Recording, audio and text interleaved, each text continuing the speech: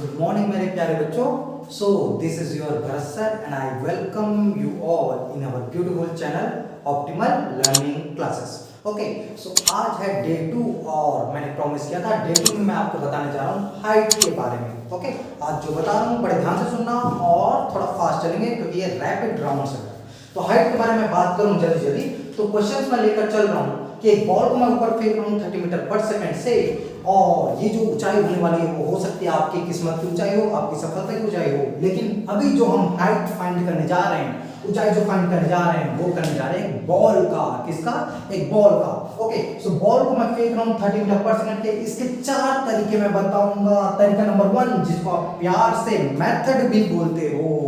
सो तरीका नंबर 1, तरीका नंबर 2, तरीका नंबर 3, तरीका नंबर 4. तरीका नंबर 1 की बात करें जो फॉर्मूला बेस्ड है जो हमारे पास है u square sin square theta upon 2g. u का वैल्यू हमने पुट किया 30 into 30 u square sin square theta sin square 90 sin 90 का वैल्यू क्या होता है 1. सो 1 का square is also 1, nothing to worry.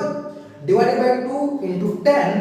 Calculate के ऊपर का 900 divided by 20 is equal to 45. ये हमारा पहला आंसर मिला है. 45 मीटर की हाइट गेन करेगा. गुड, करने दो भाई. सेकंड, अगर हमको टाइम नहीं पता है तो फॉर्मूला वाइज में जाएंगे. दूसरा तरीका जो सेकंड लॉ ऑफ मोशन और फर्स्ट लॉ ऑफ मोशन से लिया गया है v = u + at. जब बॉल को हम ऊपर फेंकेंगे तो ऊपर में टॉप पॉइंट पर उसका u कितना हो जाता है अपना, सॉरी यहां पर टॉप पॉइंट पर v कितना हो जाता है अपना 0. टॉप पॉइंट पर v कितना हो जाता है 0. u कितना फेंका था 30 से ऊपर की ओर, g डाउनवर्ड लग रहा है इसलिए -10t. माइनस वाला फॉर्मूला यूज क्यों बता चुका हूं. ऊपर जा रहा तो स्पीड रिड्यूस हो रहा है. सो 30 को इधर निकालेंगे -30t is equals to -10t. t is equals to 3 second.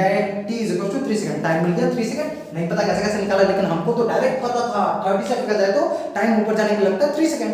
Okay ठीक. फिर हाइट के निकालने के लिए फॉर्मूला पर पुट करेंगे h is equals to ut - half at square. Minus को लगाया बता चुका हूं.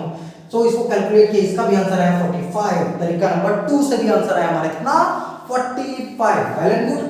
तरीका नंबर 3 और तरीका नंबर 4 ये खतरनाक में से एक. ध्यान से समझना. तरीका नंबर 3 क्या है? देखो, कोई भी बॉल को आप ऊपर फेंकोगे, ऊपर ईश्वर के पास तो जाने वाला नहीं है, वापस वो अपनी औकात में जरूर आएगा, मतलब जमीन पर जरूर आएगा. तो हम कंसीडर कर रहे हैं क्या? देखने का नजरिया, क्योंकि देखने के नजरिए से क्वेश्चंस शायद इजी हो जाए. देखते हैं इस पर. इस पे क्या कंसीडर किए हैं कि बॉल नीचे से ऊपर जा रहा है. क्या कंसीडर किए हैं? बॉल नीचे से ऊपर जा रहा है. लेकिन अभी हम लोग को ये देखना है बॉल ऊपर से नीचे आ रहा है. क्यों? क्योंकि दोनों नीचे से ऊपर जाने में जितना हाइट ट्रेवल करेगा उतना ही हाइट ऊपर से ही नीचे आने में भी ट्रेवल करेगा. ठीक, तो ऊपर से नीचे क्यों देखें, क्या रीजन है इसके बिहाइंड? इसके पीछे एक रीजन है बेटा कि जैसे बॉल टॉप पॉइंट पर पहुंचता है वहां पर वेलोसिटी 0 हो जाता है. तो अगर यहां पर हम कंसीडर करें कि बॉल ऊपर से नीचे आ रहा है और जो हाइट ट्रेवल करेगा उसको मैं गिनना चाह रहा हूं, उसको मैं काउंट करना चाह रहा हूं, तो u का वैल्यू 0 हो जाने के कारण से, क्योंकि यहां पर का इनिशियल टॉप पॉइंट पर कितना है 0, सो यहां पर का वैल्यू 0 हो जाने के कारण से ये वाला टर्म को हमको कैलकुलेट करना ही नहीं है जिंदगी से बाहर. सो हाफ टी स्क्वायर बस को कैलकुलेट करना है जो कल मैं यूज कर रहा था बार बार. 5 टी स्क्वायर बेटा टाइम को एक यूज करना है और यही वाला टाइम ऊपर से नीचे आने में कितना सेकंड लगता है 3 सेकंड. सो 3 यूज करेंगे. सो 5 into 3 का स्क्वायर. अगेन यहां पर भी कितना है 45 मीटर. 45 मीटर बहुत ही अच्छा. इसको ध्यान में रखना है क्योंकि इसका यूज करने जा रहे हैं. तरीका नंबर 4 सबसे खतरनाक में से एक. तरीका नंबर 4, इसमें क्या जानना है? इसमें कैसे भी करके हम लोग को इनिशियल वेलोसिटी और फाइनल वेलोसिटी और उनका भाई साहब टाइम समय पता चल जाए. इनिशियल वेलोसिटी, फाइनल वेलोसिटी और उनका भाई साहब समय पता चल जाए. सो h = v + u/2 into t करेंगे तो तुरंत हमारा हाइट आएगा. करके देखते हैं. 0 मीटर पर सेकंड है टॉप पर. इनिशियल वैल्यू कितना है u 30 मीटर पर सेकंड. 0 + 30 divided by 2. ऊपर जाने में टाइम कितना लगा 3 second. So 45 metre. One of the best तरीका. So 1 2 3 4 come on the next. बच्चों फिर से मैं आ गया. बोला था तरीका नंबर 4 इसका धाकड़ तरीका. क्यों? अगर ये पता रहता तो शायद नीट के जो 20 का पेपर था वो निपट गया रहता. कैसे? देखो क्या क्वेश्चन एक था. ऊपर एक बॉल आ रहा है 20 मीटर पर सेकंड से. ग्राउंड पर पहुंचने पर उसकी स्पीड हो रही है 80 मीटर पर सेकंड. क्या है हमारे पास? Initial velocity, final velocity. रही टाइम की बात, फाइनल कितना 80, इनिशियल कितना 20.